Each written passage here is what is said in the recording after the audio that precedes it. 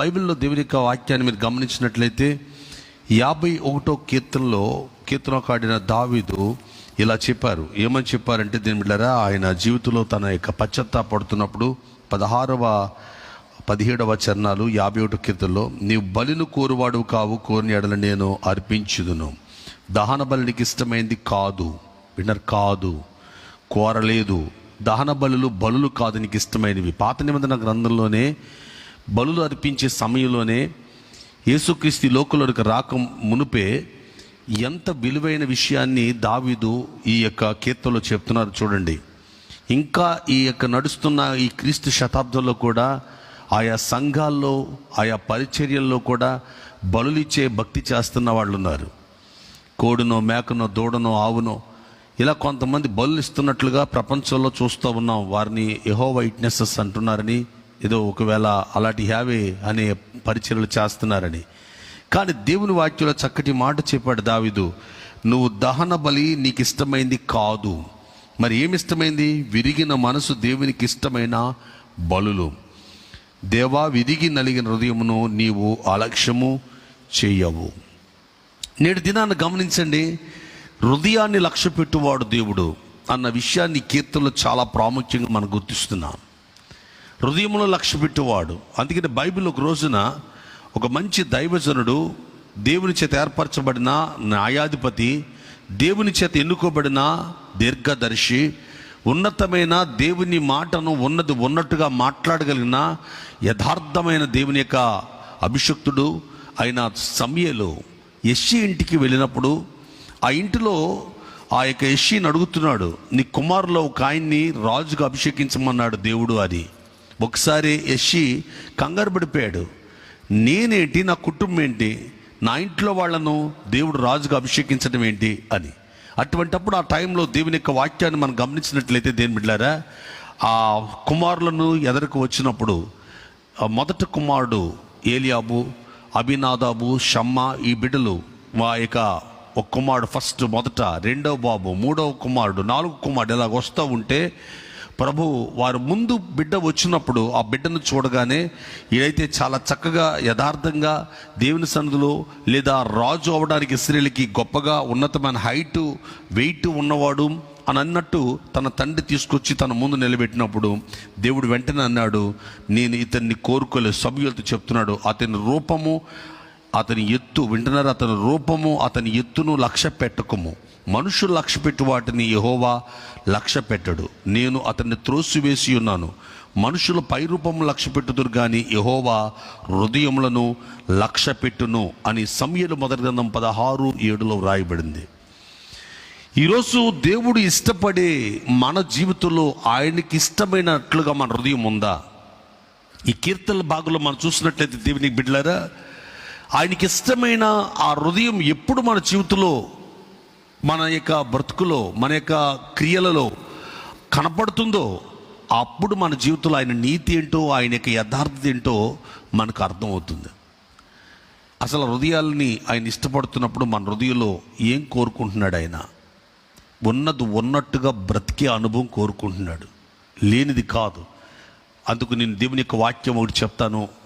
19వ సంకీర్తన దావీదు చెప్పే మాట, 14వ చరణం, నా ఆశ్రయమా యెహోవా, నా ఆశ్రయమా, నా విమోచకుడా, నా మాట, నా నోటి మాటలు, నా హృదయ ధ్యానము నీ దృష్టికి అంగీకారములగునుగాక. ఈనాడు సంఘాలలో చాలా విశ్వాస బృందాలలో కానీ సేవకుల్లో కానీ, అది నేనైనా అది మీరైనా ఎవరైనా ఉపదేశంలో ఉన్నది ఉన్నట్టు ఒప్పుకోగలమా?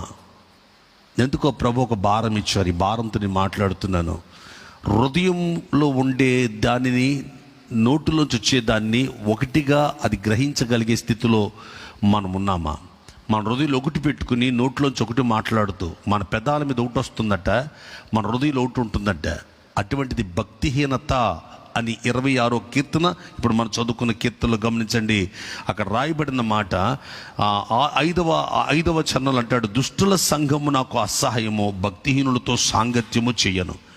ఈరోజు దుష్టుల సంఘాలు కూడా భూమి మీద ఉన్నాయి. భక్తిహీనుల సాంగత్యమే దుష్టుల సంఘాలు. అది ఎలాగుంటుంది? 28వ కీర్తనలో ఇప్పుడు మనం చదువుకున్న వాటిలో 3వ చరణం చూస్తే, భక్తిహీనులు పాపము చేయు వారిని నీవు లాగివేయునట్లు నన్ను లాగివేయకుము. వారు దుష్టాలోచన హృదయంలో ఉంచుకుని తమ పొరుగు వారితో సమాధానంగా మాట్లాడుదురు. అబ్బా, హృదయంలోనేమో దుష్టాలోచన పెట్టుకుని, దురాలోచన పెట్టుకుని సమాధానంగా మాట్లాడతారట. పైకి ఎంతో భక్తిగా కనపడుతున్నట్లు ఉంటారట, ప్రసంగాలు, విధానాలు, ఆత్మీయత, స్నేహాలు, సహవాసాలు. కానీ లోపల మాత్రం దుష్ట ఆలోచన. ఎలా కూల్చేద్దామా వీళ్ళని, ఎలా నాశనం చేసేద్దామా, ఎలా పాడు చేసేద్దామా. అందుకనే 26వ కీర్తన, 27వ కీర్తన, 28వ కీర్తన, 29వ కీర్తన, 30వ కీర్తనలో ఉన్న భాగాల గురించి ధ్యానించే ముందు ఈ యొక్క ఉపోద్ఘాతం మీకు ఎందుకు తెలియజేస్తున్నానంటే, 26వ కీర్తనలో దేవుని బిడ్డలారా, దేవుడు కోరుకునేది యథార్థత. ఎటువంటి యథార్థత అంటే 27వ కీర్తన ప్రకారం హృదయాంతరంగంలో వచ్చే యథార్థత. మీరు ఈ 26వ కీర్తనలో దేవుని యొక్క వాక్యాన్ని మీరు గమనించినట్లయితే 4, 5, 1, 4, 5, 11 చరణాలు మీరు చూసినట్లయితే, ఏమంటే యథార్థతను బట్టి నేను యథార్థవంతుడిని నడుచుకుంటున్నాను అనే మాట రాస్తాడు. అంతేకాదు దేవుని యొక్క వాక్యంలో గమనించినట్లయితే మనం చాలా స్పష్టంగా రాయబడింది, యెహోవా నేను యథార్థవంతుడిని ప్రవర్తించుచున్నాను అని మొదట ప్రారంభిస్తున్నాడు 26వ కీర్తనలో. 27వ కీర్తనలోకి వచ్చినట్లయితే ఇక్కడ దేవుని యొక్క వాక్యాన్ని చాలా స్పష్టంగా రాయబడింది. 8వ చరణంలో, నా సన్నిధి వెదుకుడని నీవు సెలవేయగా యెహోవా నీ సన్నిధిని వెదికిదనని నా హృదయం నీతో అనెను. అంతేకాదు, ఎప్పుడైతే దేవుని సన్నిధి యథార్థంగా నేను వెతుకుతూ నీ మాటను నా హృదయంలో దాచుకున్నానో అటువంటి వ్యక్తికి ఉండే లక్షణం 4వ చరణం ప్రకారం, దేవుని యొక్క వాక్యంలో 3వ చరణం ప్రకారం, నా హృదయం భయపడదు. అలాగే దేవుని యొక్క వాక్యంలో 14వ చరణంలో కూడా రాయబడిన మాట మీరు గమనించండి, ధైర్యం తెచ్చుకుని హృదయం నిబ్బరముగా నుంచుకునుము. ఇలాగా హృదయాన్ని గురించి మాట్లాడుతూ 28వ అధ్యాయానికి వచ్చినట్లయితే అక్కడ కూడా రాయబడిన మాట గమనించండి, కావున నా హృదయం ప్రహర్షించును అంటే 7వ చరణంలో అంటాడు, యెహోవా నా ఆశ్రయమా, నా కీడమా, నా హృదయము ఆయన యందు నమ్మిక ఉంచెను గనుక నాకు సహాయము కలిగెను. గమనించండి, యథార్థత అనేది ఈనాడు ఏ సంఘములో, ఏ సమాజంలో, ఏ కుటుంబంలో, ఏ వ్యక్తిలో, ఏ సేవకుల్లో ఉంటుందో అటువంటి వ్యక్తినండి ఆయన ఏమాత్రం విడిచిపెట్టడు. యథార్థత అనేది వేసుకునే బట్టలో కనపడేది కాదండి, చేసుకునే అలంకరణలో కనపడేది కాదండి, అది హృదయానికి సంబంధించింది. ఇటువంటి హృదయమునకు సంబంధించిన యథార్థత కలిగిన వాడు దావీదని ఆయనే తేల్చి చెప్పేశాడు. దేవుడే తేల్చి చెప్పాడు, మనుషులు కాదు చెప్పిందండి. ఎందుకంటే నేను మనుషులు లక్ష్య పెట్టే వాటిని లక్ష్య పెట్టడం లేదు. ఏలియా భుజాలు, ఏలియా యొక్క ఎత్తు, ఏలియా యొక్క కండబలం, ఏలియా యొక్క గొప్పతనం, ఏలియాకున్న ఆ రంగు వైట్ లేదా రెడ్గా ఉన్నాడా, లేదా చక్కగా ఉన్నాడా, కురులు ఎలా ఉన్నాయి, ఇవి నేను చూడడం లేదు. ఈనాడు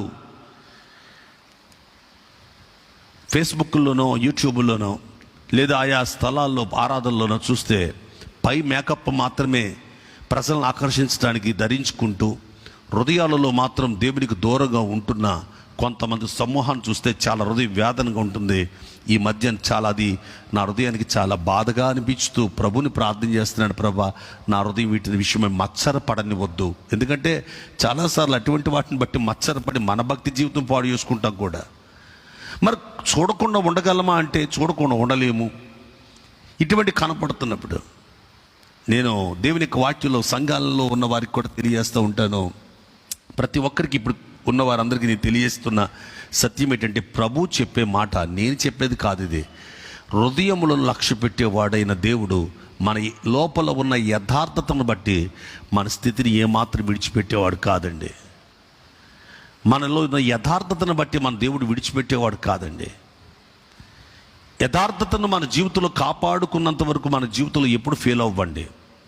ఇప్పుడు ఎలా ఉన్నాయంటే, పైకి మాత్రం సమాధానంగా చెప్తున్న భక్తిహీనమైన సంఘాలటవి పైకి సమాధానం చెప్తున్నాయంట, కానీ హృదయాల్లో మాత్రం కపటాన్ని దాచుకుని బ్రతుకుతున్నాయంట.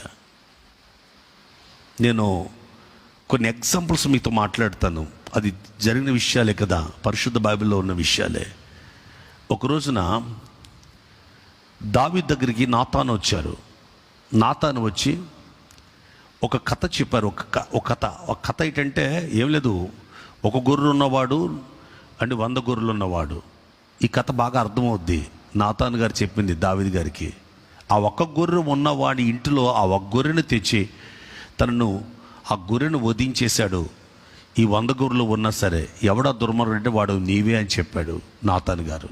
ఏంటి సంగతి అంటే యూరియా భార్య అనే బెత్యభిషులను చేసిన సంగతి ఏంటి? ఎవరికి తెలియదు అనుకుంటున్నావా? దేవుడు చూస్తున్నాడు కదా.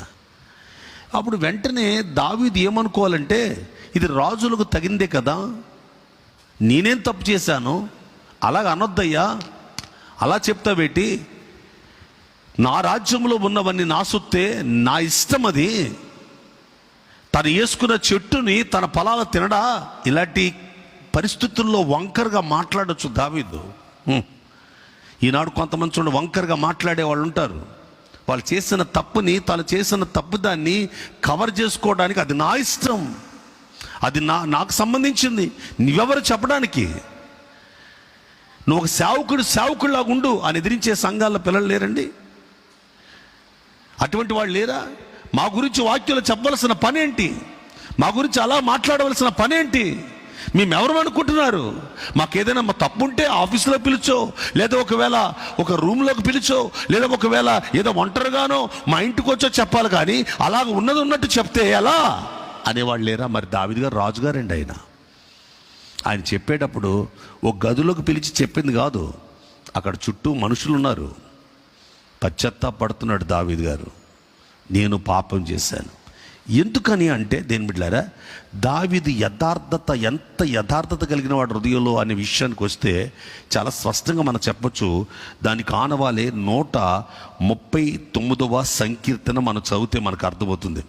139వ సంకీర్తనలో ఒక్క చక్కటి మాట నేను చెప్తున్నాను, వినండి. 16వ వచనంలో, నేను పిండమ్మనై ఉండగానే నీ కన్నులు నన్ను చూచాయి, తల్లి గర్భంలో చూచిన కన్నులు నీవి. అంటే హృదయంలో ఒకటి గుర్తుంది, నా అవయవ నిర్మాణం చేసిన వానికి నేను చేసిన ప్రతి తప్పు చెప్పగల దమ్ముంది. అది చెప్పినప్పుడు ప్రవక్తనే పంపినా, దర్శనమే వచ్చినా, కలే వచ్చినా మార్చుకోవాలన్న హృదయం కలిగిన వాడు ఎక్కడికి వెళ్ళినా ఒకలాగే ఉంటాడు. అర్థమైందండి? తల్లి గర్భంలో నేను పిండమనై ఉన్నప్పుడు చూచాయి నీ కనులు అంటే అర్థం, నా అవయవ నిర్మాణకుడవు నీవు. కాబట్టి ఇప్పుడు నా హృదయాన్ని నేను మూసిపెట్టి దాచిపెట్టి నా ఇష్టానుసారంగా ఉంచితే, దేవా నీకు విరోధంగా నేనేం చేయగలనయ్యా అంటే, తల్లి గర్భంలో ఉన్నప్పుడే చూచాయా కనులు. తల్లి గర్భంలో ఉన్నప్పుడే కాదండి, 7వ అదే 139వ కీర్తన చాలా టెరిబుల్ అద్భుతమైన అనుభవాలు చెప్తాడు. 7వ చరణం నుండి మీరు గమనిస్తే, నీ ఆత్మ యొద్ద నుండి నేనెక్కడికి పోవుదును, అబ్బా నీ సన్నిధిలో నుండి నేను ఎక్కడికి పారిపోతానయ్యా. నేను ఆకాశమునకు ఎక్కిన అంటే ఆ రోజుల్లో విమానాలు లేవండి, అయినా సరే ఆకాశమునకు ఎక్కిన ఎత్తైన పర్వతాల పైకి వెళ్ళిపోయినా నీవు అక్కడను ఉన్నావు. లేదు, నేను పాతాళములో బాగా ఏమండి భూగర్భములో లోపల ఎక్కడో బంకర్లలో ఎక్కడో దాగి ఉన్నా అక్కడను నీవు ఉన్నావు. నీ కన్నులకు రహస్యమైంది ఏది లేదు అన్న శబ్దం ఏ హృదయంలో వినపడుతుందో వాళ్ళు నిజానికి యథార్థంగా ఉన్నారని అర్థమండి. ఎవరికి భయపడుతున్నాడు దావీదు? ఏమండి, ఈ టీవీ న్యూస్ వారికా, ఛానల్ వారికా? కాదే. నీ కన్నులకు నా తల్లి గర్భసంచిలో తయారవుతున్న పిండమే ఏమాత్రం అడ్డు లేదు, కనపడుతున్నాను నేను. ఈరోజు భూమి మీద బ్రతుకుతున్న నేను నీకు కనపడుతున్నాను. ఒకరోజు ఏం జరిగిందంటే, ఒక సహోదరి మార్కెట్లోనికి వెళ్ళి ఆ యొక్క మార్కెట్లో కొంత కూరగాయలు కొనుక్కోవడానికి వెళ్ళి కూరగాయలు కొనుక్కుంది. సంఘబిడ్డే.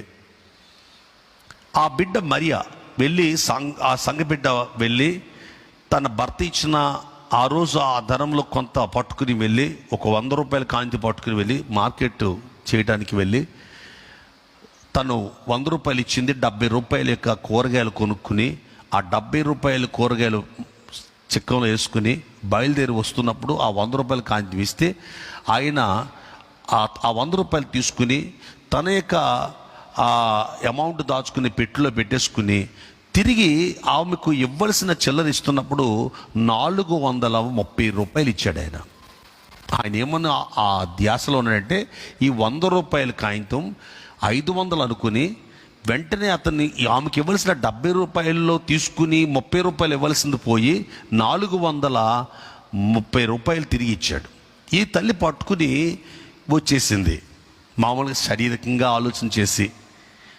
ఈమె పేరుకు క్రైస్తవ జీవితాన్ని జీవిస్తున్నట్లుగా లేదా ఆత్మలో ఏదో భక్తి చేస్తున్నట్లుగా ఉన్నట్టుగా ఇంటికి వచ్చేసింది, కూరగాయలు తరిగేస్తుంది, మా వంట చేస్తుంది. కానీ లోపల దేవుడు మాట్లాడుతున్నాడు ఈమెతో, ఈ కూరగాయలు నువ్వు వండుకుంటున్నావు, నువ్వు తెచ్చుకున్నది అదనంగా 400, నువ్వు ఇచ్చిందేమో 100, నువ్వు కావాలి తీసుకోవాల్సింది 30, నువ్వెందుకు ఇలా చేస్తున్నాడంటే తన హృదయం గద్దిస్తుంది. తన లోపల దేవుడు చెప్తున్నాడు, నువ్వు చేసేది దేవుడు చూస్తున్నాడు.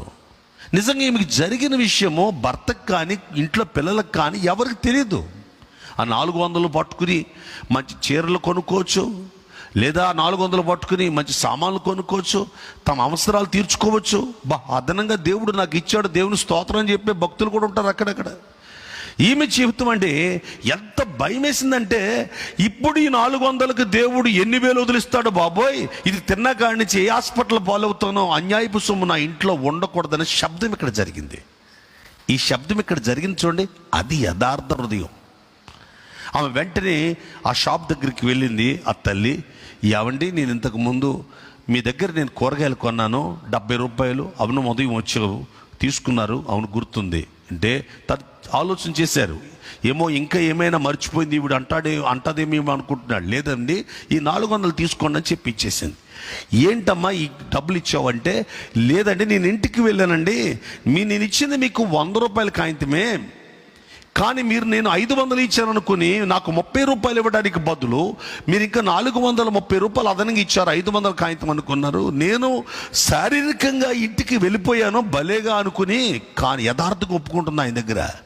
నా లోపలున్న దేవుడు, నా లోపలున్న వాక్యము, మా దైవజనుడు చెప్పిన మాటలు నా గుండెలను భయపెట్టాయి. అందుకు నేను తిరిగి మరలా మీ దగ్గర తీసుకొచ్చాను. ఆయనకి ఏ సమస్యలు లేవండి యేసుప్రభు దగ్గర రావడానికి. కానీ ఈమె యథార్థత చూసి ఒకరోజు చర్చికి రావాలనుకున్నాడు. వచ్చాడండి ఆయన. వచ్చి చెప్తాడు, నాకు ఆయన స్వయంగా చెప్పిన విషయం ఏంటంటే, మీ చర్చిలో ఒక తల్లి మరియా అనే ఒక అమ్మాయి చేసిన తన యథార్థమైన జీవితం నన్ను చర్చికి రావాలనిపించిందండి అన్నాడు ఆయన. దేని బిడ్డలారా, ఇది గడిచిన దినాల్లో సంవత్సరాల్లో జరిగిన విషయాలు ఇవి. ఇలాగ సంఘం మండపేటలో సంఘ పిల్లలు ఇచ్చిన సాక్ష్యాలను బట్టి వచ్చిన వాళ్ళు ఉన్నారు. మొన్న ఎలక్షన్ జరిగినప్పుడు ఏదో ఓటులు నోటులు అనే విషయాలు వస్తే కనుక పిల్లలు ఎవ్వరూ యథార్థంగా ఉండడం చూసి కొంతమంది ఆశ్చర్యపడి సంఘం చూడటానికి వచ్చారు. వీళ్ళెవ్వరూ ఏది ముట్టుకోరట. అలాంటి పిల్లలు కూడా ఉన్నారు. అంతేకాదు, కల్తీ అయిన వాళ్ళు కూడా ఉంటారు సంఘంలో. అందరూ అలాంటి వాళ్ళు ఉంటారని కాదు. ప్రతి సంఘంలో ఏమండి, ఎక్లీషియా మాత్రమే నిజమైన సార్వత్రిక సంఘంలో మాత్రమే పూర్తి యథార్థవంతులు ఉంటారు. ఆ పూర్తి యథార్థతలోకి వెళ్ళాలంటే ముందు ఇక్కడున్న భూమి మీద ఉన్న ఏ సంఘమైనా కావచ్చు, ఏ దైవజనుడి దగ్గరైనా నువ్వు ఎదగొచ్చు. దైవజనులు నేను చిన్నవారా పెద్దవారా, పాకలో ఉన్నారా, బిల్డింగ్లో ఉన్నారా, ఏసీలో ఉన్నారా, ఒకవేళ చెట్టు కింద ఉన్నారా, నేను అట్లా సంఘముగా మీరు సమావేశపరచబడినప్పుడు మీ లోపల పని చేయవలసింది అక్కడ డ్రెస్ కోడ్ కంటే వాక్యం పని చేయాలి.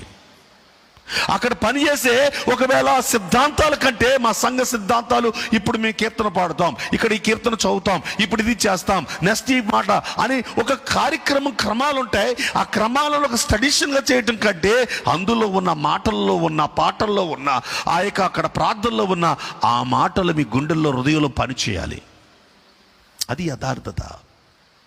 ఇప్పుడు నాతాను వచ్చాడు, దావీదు గారిని గద్దిస్తున్నప్పుడు దావీదు గారు అక్కడున్న చుట్టుపక్కల వాళ్ళు అందరితో పోల్చుకుంటే, దావీదు గారు ఒకవేళ గమనించండి సౌలు రాజుతో పోల్చుకుంటే సౌలు కంటే నేను బెటర్ అనుకుంటాడండో. చూడండి, కొంతమంది చూడండి ఇంకా వాళ్ళు సినిమాలు చూస్తున్నారు, పాస్టర్ గారు నేను సీరియలే చూస్తున్నాను సరిపెట్టుకుంటారు పాపం అలాగా. లేదండి, వాళ్ళు ఇంకా వడ్డీ, వాళ్ళు 20 రూపాయలు 10 రూపాయల వడ్డీకి తిప్పుతారు, నేను కేవలం 2 రూపాయల వడ్డీకే తిప్పుతానండి. కొంతమంది సరిపెట్టుకుంటారు పాపం అలాగా. లేదండి, వాళ్ళ రకరకాల మత్తు పానీయాలు త్రాగుతారు, వాళ్ళు తాగే మత్తు పానీయాలు వేరు, నేను అప్పుడప్పుడు వేసవకాలంలో కళ్ళు మాత్రమే తాగుతానని చెప్పేవాళ్ళు ఉంటారు. సర్దుకుంటారు కొంతమంది భక్తి జీవితాన్ని. సర్దుకునేవారు కాదు, సరి చేసుకునేవారు కావాలి దేవునికండి. ఒక మాట దైవజనుడు చెప్పగానే అలాగనొద్దు. ఏవండి, ఇక్కడ దావీదు తన జీవితంలో ఎంత చక్కగా ఒప్పుకుంటున్నాడంటే, నేను పాపం చేశాను. ఎందుకు పాపం చేశాను అన్నాడంటే, దేవుడు నా హృదయాన్ని, నా జీవితాన్ని సరిగా చూస్తున్నప్పుడు నా అవయవ నిర్మాణకుడు ఆయన గనుక, నా జీవితం అంతా ఆయన వల్ల కదులుతుంది గనుక, ఆయనకి రహస్యమైనది నేను ఆయనకి కన్నులు కప్పి చేసేది ఏదీ లేదు, ఆయన చూస్తున్నవాడు అన్న సంగతి తెలుసు గనుక 139 కీర్తనలో ఉన్న భాగాన్ని రాసిన దావీదు గారు నాతాను గారు ముందు అంటాడు, నేను పాపం చేశాను. తనకు ముందు రాజు ఎందుకు ఫెయిల్ అయిపోయాడు? అలాగ అనవద్దు. చూడండి, ఈనాడు సంఘాల్లో ఏ శబ్దం ఎక్కి వినపడుతుంది? ఒక దైవజనుడు నాకు చెప్పారు, ఏమంటే తన తండ్రి తన తల్లి చాలా విశ్వాసంగా ఉండేవాళ్ళు, ఆ కుమారుడు కూడా గద్దిస్తే సరి చేసుకుంటాడేమో అని చెప్పి కొడుకుని కూడా, బాబు నీ తల్లిదండ్రులు ఎంత ఆత్మీయంగా ఉండేవాళ్ళు, ఎంత విశ్వాసంలో ఉండేవాళ్ళు, మీరు చేసేది ఏంటి? మీ ఆత్మీయ జీవితం ఎక్కడికి పోతుంది? నువ్వు అక్కడక్కడ రోడ్ల మీద మీటింగ్లు పెడుతున్నావు, కొంతమంది అల్లరి బ్యాచ్తో తిరుగుతున్నావు, నీ ఆత్మీయ జీవితం ఒక పక్కనేమో వచ్చి చర్చిలో పాటలు పాడుతున్నావు, ఓ పక్కన చూస్తేనేమో లోకల్లో రకరకాల దేవునికి ఆయాస్కరమైన కార్యాలు, ఇవి నేను లైవ్లో చెప్పలేను కానీ ఆయాస్కరమైన సెటిల్మెంట్లు చేస్తున్నావు, ఆయాస్కరమైన కార్యాలు చేస్తున్నావు, మత్తులో ఊగుతున్నావు అని విన్నాను నేను అని చెప్పాడనంట పాస్టర్ గారిని. మా నాన్న పడ్డాడు గారు నీ దగ్గర, నేను పడినాడట. అంటే నరకంలో పడేవాడు అలాగే మాట్లాడతాడని చెప్పాను నేను. దావీదంతటి వాడు ఒప్పుకుంటున్నాడు, వింటున్నారా, నేను పాపం చేశానని. ఒక వ్యక్తి ఏదైనా గమనించండి, తప్పిదుల్లో చేస్తున్నప్పుడు సరి చేస్తున్నాడు దైవజనుడు అంటే, అతన్ని సరి చేస్తున్నాడంటే బాగు చేస్తున్నాడు అని అర్థం. అది దావీదుకి అర్థమైంది. నన్ను బాగు చేసేవాడికి నేను తప్పు చేస్తున్న తెలిసిందంటే నేను ఖచ్చితంగా లోబడాలనుకున్నాడు దావీదు. ఈరోజు గమనించండి, కొంతమందికి ఏదైనా చెప్తానండి, ఉన్నారో లేదు మీకు అటువంటి పరిచర్యల సంఘాల్లో ఉన్నారో చూడండి, లేదా అటువంటి పిల్లలుగా ఎవరైనా ఉంటే మారు మనసు పొందాలి. ఎవరో చెప్పుంటారు పాస్టర్ గారికి, అందుకే వాక్యాలు పెట్టి మా గురించి చెప్పాడు ఈయన. ఏమండి, అలాంటి వాళ్ళు లేరా? ఎవరో చెప్పుంటారు, అందుకే వాక్యాలు పెట్టి మా తప్పులు చెప్తున్నాడు ఈయన. అసలు మా సంగతులు ఎవర్రా మోసింది పాస్టర్ గారికి, ఆడు అంతు తేల్చేయాలి అన్న మనుషులు ఉంటారు చూడండి, వాళ్ళు కపటమైన మనుషులు. అటువంటి మనస్తత్వాలు, తోడేలు స్వభావాలు, అటువంటి హృదయాలు దేవునికి ఇష్టమైనవి కావు. దావీదు జీవితంలో అంటాడు, ఇది ఎవరు చెప్పారు అని కాదు, ఇక్కడ దేవుడే నన్ను సరి చేస్తున్నాడు కనుక నేను సరి చేసుకుంటాను, నా బ్రతుకును కరెక్ట్ చేసుకుంటాను. అలా సరి చేసుకునే వారి మీద దేవుడు నీతి కిరీటం పెడతాడండి, నీతిని ధరింపచేస్తాడు, తన నీతిని ఇస్తాడండి. గడిచిన రాత్రి చెప్పుకున్నాం కదా, తను దేవుని మార్గంలో నడవాలనుకుని ఆశపడే వాళ్ళంట, వాళ్ళని మనం గట్టిగా పెద్దగా ఏమి హెచ్చరించగలదటండి. చిన్న చిన్న విషయాలు చెప్తే చాలు సరి చేసుకోవడం స్టార్ట్ అవుతారండి. నిజంగా దావీదు అంతే కదా, నీతి తన నామమును బట్టి నీతి మార్గములలో నన్ను నడిపి, 23వ కీర్తనలో 3వ వచనం, తన నామమును బట్టి నీతి మార్గములలో నడిపి. తన నామం వల్ల వచ్చే నీతి కావాలి నాకు, నా వస్త్రాలను బట్టి. ఎందుకంటే బైబిల్లో యూదులకి ధర్మశాస్త్రం నీతి, అన్యులకేమో ధర్మకార్యాల నీతి. అన్యులు ధర్మకార్యాల నీతిలో బ్రతుకుతున్నారు, యూదులేమో ధర్మశాస్త్రం నీతిలో బ్రతుకుతున్నారు. అటువంటప్పుడు పౌలు గారు ఫిలిప్పీ సంఘానికి ఆ 3వ అధ్యాయంలో చెప్పిన మాట, నా జీవితంలో క్రీస్తు వలన వచ్చే నీతి నాకు కావాలి, ఈ ధర్మశాస్త్రం వల్ల వచ్చే నీతి కాదు. ఈ నీతి స్వనీతి. నేను ధర్మకార్యాల వల్ల చేసే కార్యాల వల్ల వచ్చే నీతి స్వనీతి ఎప్పుడైనా పడిపోతుంది, కానీ దేవుని వల్ల వచ్చే నీతి పడిపోయినా సరే తిరిగి లేవనెత్తి నిలబెట్టగలుగుతుంది. దావీదు ఆ రోజు నిలబడ్డాడండి, మరలా పడిపోవడానికి అవకాశం లేకుండా పరిశుద్ధాత్ముడే తనను పట్టుకుని నడిపించడం మొదలుపెట్టాడు. 51వ కీర్తన తరువాత మరలా అలాంటి కీర్తన రాయలేదంటే తన బ్రతుకుని ఎంత క్రమపరుచుకున్నాడో దావీదు ఒకసారి మనం ఆలోచన చేయాలి. Praise the lord. ఈరోజు గమనించండి, మన యథార్థమైన ప్రవర్తన అనేది హృదయానికి సంబంధించింది. ఒక వివాహానికి పిలువబడినప్పుడు సంఘంలో బిడ్డలు కూడా పిలువబడిన ఒక కుమారుడు పిలువబడ్డాడు. అది ఒక మంచి పార్టీ జరుగుతూ ఉంది ఆ వివాహంలో. ఈ బిడ్డను కూడా పిలిచారు, సంఘంలో ఉన్న బిడ్డను, మా సంఘ పరిచయలు, ఇక్కడ సంఘ పరిచయలు ఉన్న బిడ్డలు పిలిస్తే అతనికి కూడా మందు పార్టీ, ఒకప్పుడు బాగా త్రాగాడు మనతో అని చెప్పి రామ్మని చెప్పి పిలిచి అతన్ని కూర్చోబెట్టి మందు వేస్తూ ఉన్నారు తాగమని. ఇక బ్రాందీ, ఈ మత్తులోకి ఆ కుమారుడు చెప్పాడు, ఇది నేను త్రాగలేను. మీ పాస్టర్ గారు లేరు కదా ఇక్కడ, మీ సంఘం లేదు కదా, ఇది మనకు అసలు సీక్రెట్ ప్లేసే, పొద్దున్న లేస్తే ఎవరి కాలు పోతాం కదా. అతడు చెప్పిన మాట దేవుడు చూస్తున్నాడు, నేను చేసేది దేవుడు చూస్తున్నాడు. ఎవరానికి ఇది చెప్పింది? చాలా భక్తి చెప్తున్నావు నువ్వు అని అన్న తర్వాత వాళ్ళ స్నేహితులు ఈ సంఘానికి వచ్చారు. వచ్చినప్పుడు మండపేట వచ్చినప్పుడు స్నేహితులు ఈ సంఘానికి వచ్చి ఈ పరిచర్య చూడాలనుకున్నారు. కారణం ఏంటంటే ఒక కుమారుడు, గమనించండి, ఒక కుమారుడు తన త్రాగుడిని తను అదుపు చేసుకున్న విధానాన్ని చూసినప్పుడు, ఇప్పుడు పరిచర్యలో నాతో ఉంటాడు ఆ బిడ్డ, పరిచర్యలో ఉంటారా వాళ్ళంతా? దేని బిడ్డారా? ఈ లైవ్ కార్యక్రమంలో వీక్షించే ప్రతి ఒక్కరికి మీరు వస్తే సాక్ష్యాలు కరెక్ట్గా చూడగలుగుతారు. అలాగని చెప్పి ఇక్కడే ఉండమని కాదు, అలాగ సంఘాల్లో ప్రతి ఒక్కరు సంఘాలు కూడా అలాగ ఉండాలి అన్నది ప్రభు ఇష్టం, ప్రభు కోరిక. ఇక్కడ మండపేట ఒకటే నేను చెప్పట్లా, అపోస్తల కింగ్స్ టెంపుల్ ఇది కరెక్ట్ అని నేను చెప్పట్లా. మీ పరిచర్య ధర్మంలో మీరు కూడా మీ సాక్ష్యములు, మీ యథార్థ ప్రవర్తన, ఏదో పండుగ వచ్చింది కాబట్టి తాగాం, క్రిస్మస్ వచ్చింది కాబట్టి త్రాగుతున్నాం, ఇప్పుడు తప్పు ఏంటంట, లాక్డౌన్ వచ్చింది కాబట్టి, కరోనా వైరస్ వచ్చింది కాబట్టి, సమస్య వచ్చింది కాబట్టి త్రాగుతున్నాం, బాధలో ఉన్న వాళ్ళకి ఇమ్మన్నాడు కదా అని వాక్యాలు సామెతల గ్రంథం ఒల్లించేసి కొంతమంది, లేదా ఎక్కడో సంగతులు ఒల్లించేస్తుంటారు. కానీ తిమోతికి రాసిన 2వ పత్రికలో ఏమంటే, క్రీస్తు యేసునందున్న కృపచేత బలవంతుడుగా బ్రతుకు అన్నాడు తిమోతిని. ఆలోచించేయండి. ఒక ఆయన అంటాడు, అబ్రాహాము గారికి ఆగరు ఉంది కదా, శారమ్మతో పాటు ఆగరు ఉంది కదా అని మాట్లాడుతుంటాడు. ఆ భార్య ఉండగా ఈ భార్య ఉంది కదా, ఎంతమంది భార్యలు ఉంటే తప్పేంటి? దేవుడే అన్నాడు ఆగరం తీసుకెళ్ళి వదిలేమని. అంటే నీ భార్యని శారా చెప్పినట్టు చేయమని. శారా ఏమన్నది? తీసుకెళ్ళి ఆవిడని ఉండాలి, నేనైనా ఉండాలంటే ఆవిడ చెప్పినట్టు చేయన్నాడు ప్రభు. అలాగని చెప్పి దేవుడు ఆగరి పరిస్థితిని, సంతానం విడిచిపెట్టకుండా అబ్రాహాముని బట్టి ఆశీర్వదించాడు. మరి ఎన్నడూ ఆగరు వైపు చూడలేదు అబ్రహాము. శారా బ్రతికినంత కాలం మరొక స్త్రీ వైపు తను చూడలేదు, దేవుని నీతి మార్గంలో నడుస్తూ వచ్చాడు. శారా నిద్రించిన తర్వాత, ఆమె చనిపోయిన తర్వాత కెతూరా అనే బిడ్డ ఎంటర్ అయింది తనలోనికి, తన జీవితంలోనికి. గమనించండి, ప్రభువు నడిపించే నీతి మార్గాల్లో నడిచినప్పుడు యెషయా 54వ అధ్యాయంలో ఉన్నట్లుగా రాత్రి చెప్పుకున్నాం, దేవుడే నీతిని మన మీద ధరింప చేస్తే, యథార్థ హృదయం ఉన్న వాళ్ళ మీద ఏం చేస్తాడు ఆయన?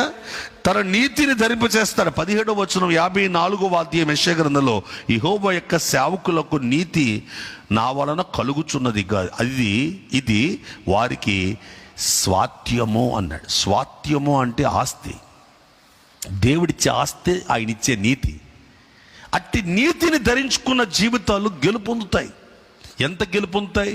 ఈ యొక్క దేవుని యొక్క వాక్యాలు గమనించండి. 29 ప్రకారం చూస్తే, ఆయన స్వరం మాత్రమే మనుషులకు బలమునివ్వగలిగేదని, ఆయన స్వరం మాత్రమే మనుషులకు సమాధానం ఇవ్వగలిగేదని, ఆయన స్వరం మాత్రమే మనుషులకు ఆశీర్వాదం ఇవ్వగలిగేదని 29వ కీర్తనంతా మీరు చూసిన 11వ చరణంలో చెప్పిన మాటలను బట్టి, 30వ కీర్తనలో మీరు చూసినప్పుడు, మన్ను నిన్ను స్తుతించునా, నీ సత్యమును గురించి అది వివరించిన, యెహోవా ఆలకింపు, నన్ను కరుణింపుము అంటూ ఈ 9, 10, 11 వచనాల్లో చరణాల్లో మాట్లాడుతూ, నా ప్రాణమ్మ మౌనంగా ఉండక నేను కీర్తించినట్లు నా అంగలార్పు నువ్వు నాట్యంగా మార్చి ఉన్నావు, నీవు నా గోని బట్టను విడిపించే సంతోషమును నాకు ధరింపు చేసి ఉన్నావు అని చెప్పి ఈ ఆరాధన చేస్తున్నాడు. ఏ ఆరాధన?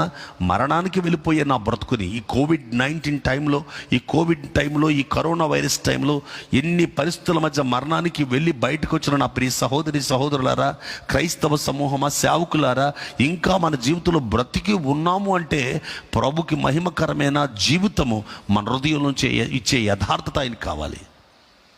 మన హృదయం నుంచి ఇచ్చే యథార్థత ఆయనకు కావాలి. అందుకని బైబిల్ గ్రంథం దినవృత్తాంతాల 2వ గ్రంథం 16:9 అంటాడు, తన ఎడల యథార్థ హృదయం గలవారిని బలపరచుటకు యెహోవా కనుదృష్టి లోకమందంతటా సంచారం చేస్తుంది. అది మండపేటే కాదు, ఇండియాయే కాదు, అది ఒకవేళ శ్రీలంకే కాదు, అది చిన్న దేశమా, పెద్ద దేశమా, గొప్ప దేశమా, జనాభా ఎక్కువ ఉన్న దేశమా, తక్కువ ఉన్న దేశమా, లేకపోతే అమెరికాయా, ఈ ఆస్ట్రేలియా, ఇవన్నీ కాదు. ఏ దేశమైనా, ఏ ఖండంలో ఉన్నా, ఏ గ్రామంలో ఉన్నా, ప్రపంచం అంతటా ఆయన కనుదృష్టి సంచారం చేస్తుంది. ఎవరి కోసం? తన ఎడల యథార్థ హృదయం. దావీదు దేవుని ఎడల యథార్థమైన హృదయంతో బ్రతుకుతున్నాడు. ఆయన ఇచ్చిన సాక్ష్యం చూడండి, యథార్థ హృదయం. దావీదులాగా యథార్థ హృదయం ఉందా ఈ సొలొమోనుకి, ఈ యొక్క హిజ్కియాకి, ఈ యొక్క లేకపోతే ఈ రాజుకి, మనష్షేకి, ఇలా ఎవరినైనా సరే దేవుడు యథార్థ హృదయం దావీదులాగా ఉందా అని పరీక్షించినట్లుగా స్పష్టంగా రాజుల గ్రంథాల్లో చూస్తాం. మచ్చుకు ఒక మాట మీకు జ్ఞాపం చేస్తున్న, ఉదాహరణకి రాజుల మొదటి గ్రంథము దయచేసి 11వ అధ్యాయానికి వచ్చినట్లయితే చాలా స్పష్టంగా ఈ మాట సొలొమోను తన సొంత కుమారుడైన సాల్మన్ని 6వ వచనంలో తోస్తున్నాడు దేవుడు దావీదుని బట్టి. చూడండి ఏమని రాయబడింది, రాజుల మొదటి గ్రంథము 11:6లో రాయబడింది, ఈ ప్రకారము సొలొమోను యెహోవా దృష్టికి చెడు నడత నడిచి తన తండ్రి అయిన దావీదు అనుసరించినట్లు యథార్థ హృదయముతో యెహోవాను అనుసరించి. చూడండి అక్కడ రాయబడి, తన తండ్రి అయిన దావీదు అనుసరించినట్లుగా యథార్థ హృదయంతో యెహోవాను అనుసరింపలేదు. ఒకవేళ దావీదు వేసుకున్న వస్త్రాలు వేసుకుని ఉండొచ్చు, దావీదు కలిగి ఉన్న సింహాసనం కలిగి ఉండొచ్చు, దావీదు పెట్టుకున్న కిరీటం పెట్టుకుని ఉండొచ్చు, దావీదు వింటున్నారా, దావీదు ఉన్న ప్లేసులోనే రాజ్య పరిపాలన చేసి ఉండొచ్చు, దావీదుకు ఆలోచన చెప్పేటట్లు లేదా ఇక్కడ చుట్టుపక్కల ఉన్న వాళ్ళలో ఆయనకు కూడా ఆలోచన చెప్పే వాళ్ళు ఉండొచ్చు. కానీ దేవుని యొక్క వాక్యం చెప్తుంది, తన హృదయాన్ని దావీదు హృదయం పోలుస్తున్నాడు. ఈరోజు నేను చెప్పేది అదే.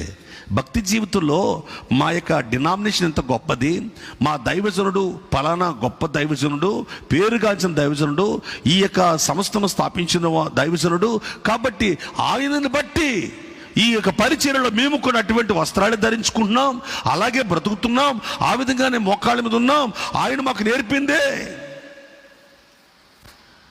అయితే ఆయన నిలువు మోకాలు నేర్పారు, మీరు నిలువు మోకాలు నేర్చుకున్నారు, ప్రార్థించడం నేర్చుకున్నారు, ఆరాధించడం నేర్చుకున్నారు, వాక్యం నేర్చుకున్నారు. కానీ హృదయాల్లోంచి ఎలాగొస్తుంది ఆ ప్రార్థన? హృదయాల్లోంచి వచ్చే ప్రార్థన ఎలాగుంది? బక్సింగ్ ఎబ్రోను స్థాపించినప్పుడు, బ్రదర్ అన్న ఒకవేళ సంస్థన సంఘాన్ని ఒకవేళ జోషువా డానియేల్ గారు స్థాపించినప్పుడు, ఓసన్న అనే ఏసన్న గారు స్థాపించినప్పుడు, ఏమంటే యేసు పిలుచున్నాడు జిఎస్ కాల్స్ స్థాపించినప్పుడు, జిఎస్ కాల్స్ అనే మినిస్ట్రీని ఒకవేళ యేసు పిలుచున్నాడు అనే విషయాన్ని డిజిఎస్ దినకరణ గారు స్థాపించినప్పుడు, ఇలాగ కొన్ని సంఘాలు సంస్థలు మనం చూస్తే ఏమండి, ఒకవేళ ఈ యొక్క ఇండియన్ పెంతెకోస్తు ఐపీసీ సంఘాన్ని స్థాపించిన పిఎం సామెల్ గారు, వంగమూరు దేవదాసయ్య గారు బైబిల్ మిషన్ స్థాపించిన వ్యవస్థాపకులు, వారి యొక్క విశ్వాస ప్రయాణం, యథార్థ హృదయం, వారి ఆత్మీయత, వారి యొక్క ఆలోచన ప్రయాణం అంతా ఈరోజు మన డినామినేషన్లో మన పరిచయలు చెప్పుకోవడంలో ఉన్నాయా? ఆది అపోస్తుల సంఘం ఏ ఉద్దేశంతో సంఘాన్ని స్థాపించారు? సంఘములో ధనాన్ని సమకూర్చుకోవడానికి స్థాపించారు. అపోస్తుల సంఘం లేదు, ఆత్మను సంపాదించడానికి స్థాపించారా? డబ్బును పాదాల దగ్గర పెట్టారు, ఆత్మను నెత్తి మీద పెట్టారు.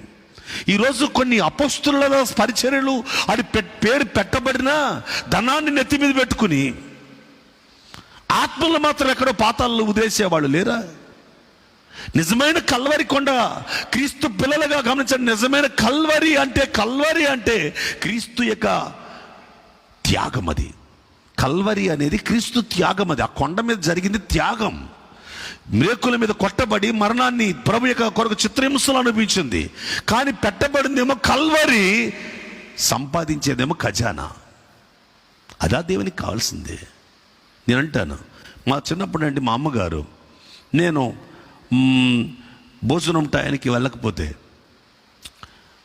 మరి భోజనం పెట్టని తినంటే, లేదమ్మా నేను పక్కింట్లో పెద్దమ్మ ఇంట్లో తినేశానంటే, ఏమరా నీకోసం వండి పెట్టాను కదా, పక్కింట్లో పెద్దమ్మ ఇంట్లో తినేటువంటి అంటే వాళ్ళకి ఎంత క్రమం నేర్పేవారంటే, నీవు నీ కొరకు నిర్ణయించబడిన భోజనం, నీ కొరకు సిద్ధపరిచాను నేను భోజనం, ఇక్కడ చేయకపోతే ఆ తల్లిగా బాధ ఏంటంటే, వీడికి వండలేదేమో, పెట్టలేదేమో, అందుకే తాకలతో ఉన్నాడేమో అని తన తోటి కోడలు లేదా పెద్ద అక్కగా ఉంటున్న ఆ బిడ్డలు ఏమనుకుంటారనే భయం చేత నువ్వు వాళ్ళింట్లో వీళ్ళింట్లో తినటం కదరా, తినేటప్పుడు నీవు నాకు ఒక మాట చెప్పాలి అన్న భయం ఉండేది. అంటే పరువు పోతుంది, ఇంటి పరువు, నీ పిల్లలకు అన్నం పెట్టలేని దానిలాగా ఉన్నానా అన్న ఫీల్ ఆనాటి తల్లులు పరిస్థితులు.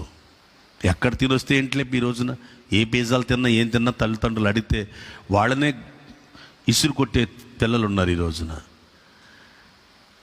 కుటుంబానికి గుట్టుండాలట, ఏమండి, సంఘానికి కట్టుండాలట, చేనుకు గట్టు ఉండాలి. చేనుకు గట్టు లేకపోయినా, కుటుంబానికి గుట్టు లేకపోయినా, సంఘానికి కట్టు లేకపోయినా అది చెడిపోతుంది. మా తండ్రులు మా యొక్క ఆత్మీయులు చెప్తుంటారు, నాన్నగారు కూడా అదే మాట చెప్తుంటారు. ఈనాడు నేను చెప్తుందంటే మన సంఘ పరిచర్య క్రమంలో, ఇప్పుడు నేను లైవ్లో వాక్యం చెప్తున్నాను, ఇక్కడ కొంతమంది దేవుని పిల్లలు ఉన్నారు, వాక్యం చదువుతున్నారు, పాటలు పాడుతున్నారు. దేవుని యొక్క వాక్యం తెల్లారు లేస్తే మరలా ఆదివారపు ఆరాధనలు జరుగుతాయి, పరిచర్య ధర్మానికి ప్రజలు వస్తారు, ఆరాధించుకుని వెళ్తారు. మరలా పైగా నేను ఒక ఫోన్ నెంబర్ పెట్టి ఇక్కడ ఫోన్పే పెట్టక్కర్లేదు. ఎందుకంటే ఫోన్పే పెడుతున్నాను అంటే దానికి అర్థం నాకు యథార్థత లేదని అర్థం. నీవెవరో తెలియదు, నువ్వేదో సంఘానికి వెళ్తున్నావు, ఆ ధనాన్ని నేను లాక్కుంటే ఇప్పుడు జరుగుతుంది అదే కల్వరి అంటే. ఏమంటే అనేక మంది యొక్క దోషాలు తన మీద వేసుకుని సిలువ వేయబడ్డాడు యేసయ్య. అంతేకాని అనేక మంది సొమ్ములు దోచుకుని దానికి ఒక కల్వరి అని టైటిల్ పెడితే కాదు. నీ సంఘము కాని బిడ్డ, నువ్వు రక్షించలేని బిడ్డ, నీ ఆత్మలో ప్రయాసపడలేదు, సంఘము కార్యక్రమాల్లో పాలుభాగస్తులు లేనప్పుడు వాళ్లకు ఏ టీవీలో అయినా నేను ఇది ఛాలెంజ్గా చెప్పగలుగుతాను. ప్రభాత్మ చెప్పమన్నారు, హృదయంలో యథార్థత ఉన్న వ్యక్తి ఎదట వానిది ఆశించి సేవ చేయడం, అర్పించుకుని సేవ చేస్తాడు. దేవుడు ఇవ్వాలనుకుంటే ద్వారాలు తెరిస్తే ఏ మనుషుడు మూయలేడు, దరిద్రం తీరిపోతుందండి. ఆ సంఘ కార్యక్రమంలో ఉన్న వాళ్ళు, ఆ పిల్లలు ఆ బాధ్యతను వాళ్ళు సహించాలి. ఆ సంఘ కార్యక్రమంలో ఆ పిల్లలకు ఆ బాధ్యత ఉంది. యేసయ్య చెప్పిన 5,000 మంది సువార్త ప్రకటించినప్పుడు ఇక్కడ మీరు ఆహారం సిద్ధపరిచే వాళ్ళు ఉన్నట్టు ఊళ్ళోకి వెళ్ళి తెస్తానంటే పిలుపుని ఊళ్ళోకి వెళ్ళి తెమ్మల్లా పెట్టినారు. ఊళ్ళోకి వెళ్ళి తెమ్మల్లా అక్కడే సిద్ధపరిచాడు. వాళ్ళకి బాధ్యత అక్కడ ఉంది. ఆహారం ఆ సంఘంలోనే ఉంది. 5,000 మందికి వాక్యం పంచడం అక్కడే ఉంది. ఈరోజు మీరు సంఘాన్ని కలిగి ఉన్నప్పుడు, పరిచర్య ధర్మం కలిగి ఉన్నప్పుడు అందులోనే దేవుని పనిని చూడాలి తప్ప ఫోన్పే పెట్టి ఏమంటే ఏదో ఒకవేళ ఫోన్ నెంబర్ పెట్టి ఆ నెంబర్ ద్వారా ఆకర్షించుకుంటేలా? దేవుని యొక్క వాక్యం ఉన్న సత్యాన్ని గుర్తించండి. మీకు అంతగా అవసరమై వాళ్ళు ప్రేరేపించబడితే మీకు ఫోన్ చేస్తారు, మీతో మాట్లాడతారు. దేవుని ఆత్మ ప్రేరేపించుకొలితే వాళ్ళు చేస్తే అది ఎవరు కాదనలేరు. దేవుని యొక్క వాక్యంలో ఉన్న సత్యాన్ని గుర్తించండి. యథార్థమైన హృదయం, తన ఎడల యథార్థమైన హృదయం కలిగిన వాళ్ళు, దేవుని యొక్క భయం కలిగిన వాళ్ళు, తనది కాని వస్తువు, తనది కాని సంగతులు, తనది కాని విషయాలు తను ఎప్పుడు కూడా స్వీకరించడానికి ఇష్టపడరు. అర్థమయ్యే భాషలో చెప్తున్నాను, మరొక్కసారి దయచేసి గమనించండి. నా దేవుని కన్నులు నన్ను తల్లి గర్భంలో ఉన్నప్పుడు చూచి నిర్మాణించింది ఆయనే కనుక, ఈరోజు ఆయన కన్నులు నన్ను చూచి హాస్పిటల్ నుంచి బయటకు లాగింది ఆయనే కనుక, లేదా సమస్యల నుంచి లాగింది ఆయనే. కాబట్టి ఇప్పుడు నేను ఆయనకి మంచి సాక్షిగా బ్రతకాలి, సజీవ సాక్షిగా బ్రతకాలి. ఆయనకి నేను ఇవ్వగలిగేది ఏమైనా ఉంటే నా యొక్క డబ్బు కంటే ముఖ్యమైనది, నా యొక్క లేకపోతే వస్త్రంలో ఉండే కోడ్ కంటే ముఖ్యమైనది. అలాగని చెప్పి వస్త్రం కోడ్ ఉండొద్దని నేను అంటలా. ఏమంటే మీ ఆత్మీయ అలంకరణ, ఆత్మీయ పద్ధతి మార్చుకోమని అంటే ఆ పద్ధతి ఉండొద్దని నేను అంటలా. అది క్రమము, ఉపదేశ క్రమం అది. అయితే అంతకంటే ప్రాముఖ్యమైనది హృదయంలో నా దేవుడు నేను ఎక్కడున్నా చూస్తున్నాడనే భయం ఉంటే, నేను ఎక్కడున్నా చూస్తున్నాడు. నేను పాతాళములో ఉన్నాను అంటే ఇక్కడ నేను అంటాను పాతాళం అక్కల్లా, ఒకవేళ బార్లో ఉన్నాను, నువ్వు సినిమా హాల్లో ఉన్నాను, ఇప్పుడు సినిమాలు నడవట్లా. ఏమండి, ఒకవేళ రహస్యమందు నువ్వు నీ యొక్క తల్లిదండ్రుల కళ్ళు కప్పో, నీ యొక్క భార్య కళ్ళు కప్పో, నీ భర్త కళ్ళు కప్పో, నీ కుటుంబంలో నీ యొక్క పిల్లల కళ్ళు కప్పో, పరిస్థితులు దేవునికి ఆయాసకరంగా లేదా నీ జీవితంలో నీ యొక్క ఇష్టానుసారంగా నీ ఇచ్చ వచ్చినట్లు చేస్తూ అది దేవునికి విరుద్ధంగా ఉంటే గనుక నా ప్రభు చూస్తున్నాడన్న సంగతి తెలిస్తే యథార్థంగా మీ హృదయాన్ని కట్టుకుంటే అటువంటి బలి దేవునికి ఇష్టం, అటువంటి ప్రార్థన దేవునికి ఇష్టం. హల్లెలూయా. సో బైబిల్ ఇంత విపులంగా మనతో మాట్లాడుతున్నప్పుడు మనం ఈ రాత్రి ఎందుకు ఆలస్యం చేయాలి? ప్రభుకి ఇష్టమైన హృదయాన్ని కలిగి ఉంటే మంచిది. మన మరణ పడకల నుండి ప్రభు లేవనెత్తాడు, పాపపు సంఖ్యల నుండి దేవుడు తీసుకొచ్చాడు మనల్ని. అదే 30వ కీర్తనలు అంటాడు, నా జీవితంలో గోనె బట్టను తీసివేసి ఏం చేశాడు ఆయన? సంతోష వస్త్రమును నాకు ధరింపచేసావయ్యా. ఈరోజు మన జీవితంలో యథార్థమైన జీవితం, అది హృదయానికి సంబంధించిందన్న సంగతి తెలుసుకుని దావీదులాగా మన జీవితంలో గుర్తించినట్లయితే ఈ రాత్రికాల సమయంలో అటువంటి జీవితం మన జీవితంలో ఉందని గ్రహిస్తే గనక, వాక్యంలో ఏదైనా దేవుడు పొరపాట్లు మన జీవితంలో సరిచేస్తున్నాడా? ఎదిరించొద్దు ఆయన్ని. వాక్యాన్ని కానీ సేవకుని కానీ ఎదిరించకండి, లోబడండి. దావీదులాగా లోబడితో నేర్చుకుంటే దేవుడు మిమ్మల్ని గొప్పగా ఆశీర్వదిస్తాడు, ఘనంగా ఆయన ఎత్తుపట్టుకుంటాడు. ఇది నా కొరకు నా జీవితంలో ప్రభు మాట్లాడాను నమ్మండి. అంతేకాని ఈ మాట అన్నాడు అందుకే వాక్యం నాకు దెబ్బ తగిలినట్టు అనిపించినందుకు సర్చ్ మానేశానంటే, నువ్వు వెంటనే నీ దైవజనుడి దగ్గరికి వెళ్ళి నువ్వు క్షమాపణ అడిగి ఆ మందిరంలో కట్టబడు. అప్పుడు నువ్వు కట్టబడితే నీ జీవితం ఫలిస్తుంది. అది ఆశీర్వాదం. యాకోబు, నువ్వు వెళ్ళి మళ్ళా బేతేలుకి వెళ్ళు, నువ్వెక్కడ సమర్పించుకుని అక్కడికి వెళ్ళు, నువ్వు ఏ బండ నుండి చెక్కబడ్డ మళ్ళీ ఆ బండను గుర్తించు. ఏ దైవజనుడి కొరకు ప్రయాసపడ్డాడు, ఏ దైవజనుడిని కట్టాడో.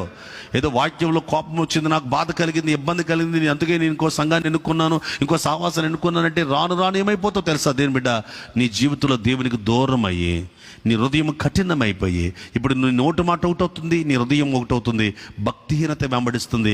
అది 26వ కీర్తనలో మనం చూసాం. అలాగే 28వ కీర్తన 3వ చరణంలో కూడా మనం చూసాం.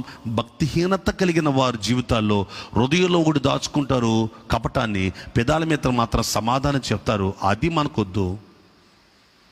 నువ్వు వేరే సంఘానికి వెళ్ళి నీ దైవజనుడి మీద నిన్న ఆత్మలు నీ ఆత్మలో బలపరిచి నీ ఆత్మలు నీ యొక్క నీ ఆత్మల కొరకు ప్రయాసపడిన వ్యక్తి కోసం, దైవజనుడి కోసం చెడ్డగా మాట్లాడుతూ, చెడ్డగా ఏదైనా ఎవరైనా చెప్తే నువ్వు ఆనందపడిపోయి ఆ క్షణమాత్రమే ఆనందానికి దైవజనుడు భలే నువ్వు నా పార్టీ అనమాట అని కోరహవు దాత నబురాములకు కానీ మీటింగ్ పెడితే నాశనం తప్పదు.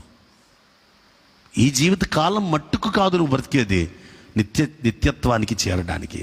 ఆ ఉపదేశ క్రమం దైవజనుడు మీకు ఇస్తున్నప్పుడు, మీ దైవజనులు మీకు వర్తమానం చెప్తున్నప్పుడు, దైవజనులను సరే గమనించండి. మన జీవితాలు కట్టుకోగలిగితే ఎవరికి యథార్థంగా బ్రతుకుదాం? మన ముందు కూర్చున్న సంఘానికి యథార్థంగా బ్రతుకుదామా? లేదా మీ తల్లిదండ్రులకి యథార్థంగా కనపడేలా ఉందామా? లేదా నా వెనక ఉన్న అభిషక్తులు ఎవరు నాకంటే గొప్పవాళ్ళు పైన స్టేజ్ మీద కూర్చుంటారు, వాళ్ళ కోసం యథార్థంగా బ్రతుకుదామా? ప్రజలకు ఏదో మెహర్బానీ చేయడానికి బ్రతుకుదామా? లేదండి, మన జీవితాల్లో తల్లి గర్భంలో ఉన్నప్పుడే మనల్ని చూచున్న కన్నులు ఆయనవి. పిండమ్మనై ఉన్నప్పుడే నీ కన్నులు నన్ను చూచాయి, నేను ఎక్కడున్నా నీ కన్నులు చూస్తున్నాయన్న భయముతో మీరు ప్రవర్తించగలిగితే, మనం ప్రవర్తించగలిగితే మన యథార్థ ప్రవర్తన మన నీతికి ఆధారంగా నిలబడుతుంది. అంతేకాదు, వాక్యం యోబు గ్రంథంలో 8వ అధ్యాయం మీరు దేవుని యొక్క వాక్యం చదువుకోండి. అలాంటి యథార్థత ఉన్న జీవితాలు మొదట స్థితి కొద్దిగా ఉండినా తుదను మహాభివృద్ధి చేయడానికి సిద్ధంగా ఉన్నది వాక్యం. ఛాలెంజ్, ఇది దేవుని మాట. ఈ ఛాలెంజ్ ఎందుకు చెప్తున్నానంటే, యథార్థవంతుడు మన దేవుడు, ఆయన మాటలు యథార్థమైనవి. ఆయన మాటలు కలిగి ఉన్న వాళ్ళు కూడా ఉన్నది ఉన్నట్టు ఒప్పుకోకుండా విడిచిపెట్టలేరు. అంటే ఉన్నది ఉన్నట్టు ఒప్పుకోకుండా వారి జీవితాన్ని దాచుకుని పాపాన్ని విడిచిపెట్టకుండా, వింటున్నారా, పాపాన్ని విడిచిపెట్టకుండా అది దాచుకుని ప్రార్థన చేయటం అనేది ఉంటుంది. అటువంటిది యథార్థవంతులకు తగదు. యథార్థవంతులు ఖచ్చితంగా కన్ఫెక్షన్ చెందుతారు. ముందు మందిరానికి రావడమే, లేదా మోకరించడమే. తన లోపాలు ప్రభు దగ్గర ఒప్పుకోకుండా ఉండలేరండి. ప్రభు ఈ మాటలు నా జీవితంలో నేర్పించిన అనుభవాలు. నేను చాలా విదేశాల్లో ఈ ప్రాంతాలకు వెళ్ళినాను, సంఘాలకి వెళ్ళినాను, పరిచర్య ధర్మాలకు తిరుగుతున్నప్పుడు ప్రభు నా జీవితంలో నేర్పిస్తూ వచ్చాడు. ఈ క్షణంలో నీ ప్రాణం పోతే, ఈ క్షణంలో నీవు నా దగ్గరికి పిలువబడితే, ఎందుకంటే నేను బలహీనను ఒకప్పుడు, దేని బిడ్డారా, ఈరోజు నాకున్న ఊపిరి శక్తి బలమైనది. ఇది నన్ను భయం కలిగించి నా ఆత్మీయ జీవితాన్ని కడుతూ వచ్చింది. నువ్వు ఇప్పుడు ఈ మాట నువ్వు హెచ్చరించకపోతే రేపొద్దున లెక్కల్లోకి వస్తావు. సంఘంలో ఈ మాట హెచ్చరించకపోతే ఈరోజు గొప్పవాళ్లను, పెద్దవాళ్లను, వీళ్ళు ఏదో కాస్త నీకేదో సపోర్ట్ చేస్తారనో, ఒకవేళ వాళ్ళను గురించి ఒకవేళ నువ్వు వీళ్ళని సంపాదించుకోవాలని నా కొరకు నువ్వు మాట్లాడకపోతే నీ ప్రాణం పోతే ఎవరికి సమాధానం చెప్పవలసి వస్తుంది అన్నప్పుడల్లా భయం వేసేది. దేని బిడ్డారా, నిజమే. అలాగే సంఘాన్ని క్రమపరుచుకుంటూ, నన్ను నేను క్రమపరుచుకుంటూ, కుటుంబాన్ని క్రమపరుచుకుంటూ దేవుని పనులు వెళ్ళడానికి ప్రభు ఇచ్చిన భాగ్యం ఎంచుకుంటున్నాను. దేవునికి సన్నిధిలో లైవ్ కార్యక్రమం వీక్షించే ప్రతి బిడ్డ దేవునికి ఇష్టమైంది. ఈ రాత్రి మర్చిపోకండి, మనం ఇవ్వగలిగేది పరిపూర్ణమైన మన హృదయంలో యథార్థత. ఈ ఎట్టి యథార్థత నా ప్రభు చూస్తున్నాడనే భయంతో మనం కట్టుకుందాం.